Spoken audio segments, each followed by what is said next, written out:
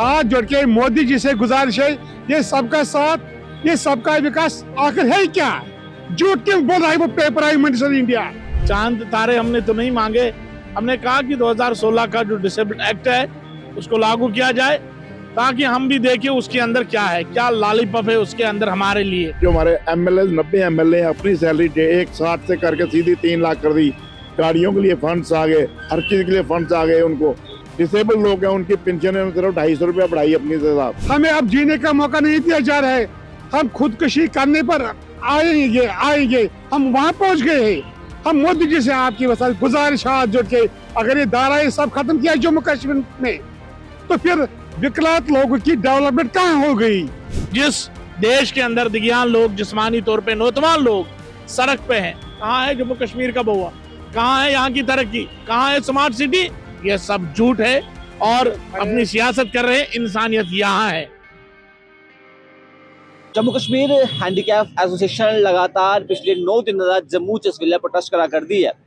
कुछ India demands आओ जानते हैं। साढ़े गलबात करने वास्ते अब्दुल बशीर भट्ट जी जेडे इस एसोसिएशन के प्रेजिडेंट हैं। मैं आपसे ये जानना चाहूँगा कि जो आपकी 24 डिमांड्स आपने रखी हुई मेमोरेंडम में, खास करके जानना चाहेंगे सबसे महत्वपूर्ण आपको कौन सी लगती है? जैसे कुछ एजुकेशन की बुक में चेंजेस चाहते हैं आप, कोई 2-3 डिमांड्स है, तो कौन सी मुख्य आपको लगती है अच्छी, सबसे जरूरी आपके लिए? सबसे पहले है डिसेबिलिटी एक्ट 2016 जो सेंटर ने पास किया 16 में और 21 में यहाँ पास हुआ है, मगर लागू तो वो अभी तक नहीं हुआ। अगर वो यहाँ पर पूरी तरीके से लागू हुआ होता ग्राउंड लेवल पे, तो कम से कम जितने भी डिमांडें मैंने आपको दिखाई है उन डिमांडों में 20% हल हो जाते। नंबर 2 हमारा मकसद था कि हमारे लिखे पढ़े यूथ है तो कम से कम उनको रोज़गार दिया जाए, और हमारे जो कम लिखे पढ़े नौजवान हैं अपने कटांगों पर खड़ा होना चाहते हैं उनको सॉफ्ट लोन दिया जाए जिसमें इंटरेस्ट कम सब्सिडी ज़्यादा हो, तो ताकि वो भी अपने टांगों पर खड़ा होंगे। साथ साथ जो हम फैमिली वाले हैं हमें AAY कैटेगरी में सबों को लाया जाए ताकि हमें इसका थोड़ा सा फ़ायदा हो। और चाहते हैं कि बिजली पानी में जो फीस है इजाफा है इस वक्त हो रहा है, आपको पता ही है महंगाई कितनी है, उसमें कम से कम 50% हमें रियायत दिया जाए। और कौन कौन सी पार्टी के नेता जो है आपसे मिलने के लिए आए, जिन्होंने आपको आश्वासन दिए? कौन कौन?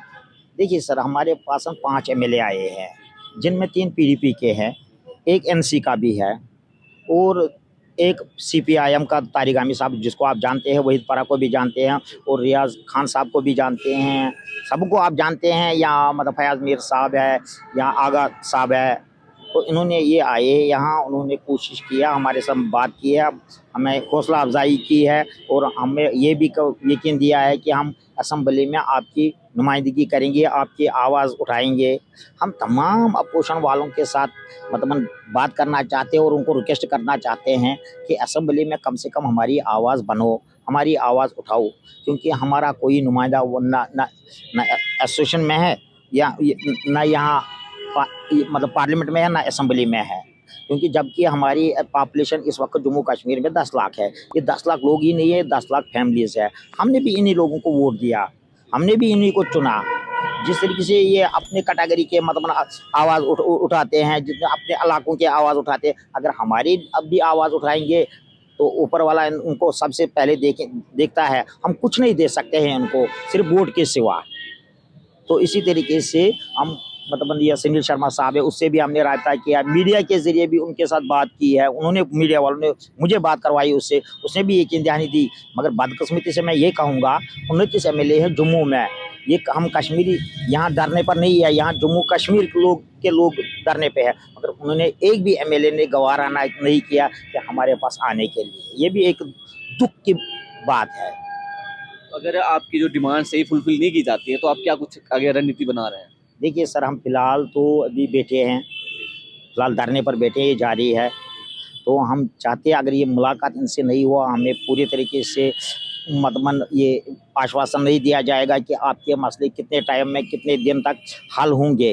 वो जो बाकी डिमांड्स है, मैं मतलब बजट के बाहर से ये बात कर रहा हूँ, तो तब हम रेगुलर यहाँ ही बैठे हैं, चाहे कुछ भी हो जाएंगे। हम मतलब कल परसों सड़कों पर फिर आएंगे, तो आने के बाद इनको जो अगर कुछ इसमें कोई नाखुशगवार वाक़ा पेश आया तो सारी जिम्मेदारी मैं इनके ऊपर डालता हूँ। अभी भी मतलब यहाँ सोशल वेलफेयर वो मतलब डिस्ट्रिक्ट अफसर भी आया है, उसने डायरेक्टर के साथ बात की है, डायरेक्टर ने बोला मैं कमिश्नर सेक्रेटरी के पास जाऊँगा। हमारी इस वक्त यही एक डिमांड है, हमें LG या इससे हमसे मुलाकात हो, हम उनसे डिस्कस करेंगे, तो हम उनसे पूछेंगे कि हमारे मसले मसाइल जो है ये कब तक हल होंगे। इस ਵੇਲੇ ਅਸ ਜੰਮੂ ਦੇ ਡੋਗਰਾ ਚੌਕ 'ਚ ਮੈਂ ਤੁਹਾਨੂੰ ਦੱਸੀ ਉਹਨਾਂ ਕਿ ਬੈਕ ਸਾਈਡ ਵਿੱਚ ਵੀ ਜਿੱਥੇ ਨੇ ਟੈਂਟ ਲਾਇਆ ਦਾ ਇੱਧਰ ਇਹ ਬੈਠੇ ਦੇ ਨੇ ਉਹ ਲਗਾਤਾਰ ਨਿਰੰਤਰ ਪਿਛਲੇ 9 ਦਿਨ ਦੇ ਡੋਗਰਾ ਚੌਕ ਵਿੱਚ ਪਈ ਹੈ, ਦਿਨ ਰਾਤੀ ਇੱਥੇ प्रोटेस्ट करा करते हैं। मैं थोड़ा मैं आपसे ये भी जानना चाहूँगा कि और कितने मेंबर्स आपके यहाँ बैठे हुए धरने पे? हम तो मतलब असल में मतलब यहाँ पर 10-20 बंदे बैठे हैं दिन रात है। बाकी जो हमारे सपोर्टर है वो दिन में आते हैं, शाम को हम उनको छोड़ देते हैं क्योंकि यहाँ इतना जगह भी नहीं है, हम उनको कहाँ से बिठाएंगे। कुछ न कुछ समाज का सारे को जो अक्सर कमजोर तबका जो हैंडीकैप होंगे वो लगातार पिछले 9 दिन के जिन्हें भी सदस्य रहते एसोसीएशन के इधर डोगरा चौक प्रोटेस्ट बैठे दे और डिमांड कि कुछ 24 डिमांड इनका मन है कि वो डिमांड जी सरकार फुलफिल करे ताकि ये अपना जो जीवन है बेहतर जी सकें, चाहे वो जोड़े अच्छे बच्चे एजुकेटेड पढ़े लिखे हैं उनके नौकरियां आन, 4% रिजर्वेशन है या और भी जी गल्लां जी किताबां पढ़ने वाली जेके वो जो उधर एक प्रॉपर सिस्टम हो स्कूल प्रॉपर टीचर्स हो, बड़ी सारी डिमांड्स इनकी हैंडीकैप्स की लिए है। और कुछ नहीं कुछ अगर इनका आखना कि अगर इनकी डिमांड्स फुलफिल नहीं की जाती और थोड़े दिन दोबारा इन्हें सड़क पर उतरना है और एक उग्र प्रदर्शन जो है जम्मू च होना है। तो टू रूट्स धन्यवाद।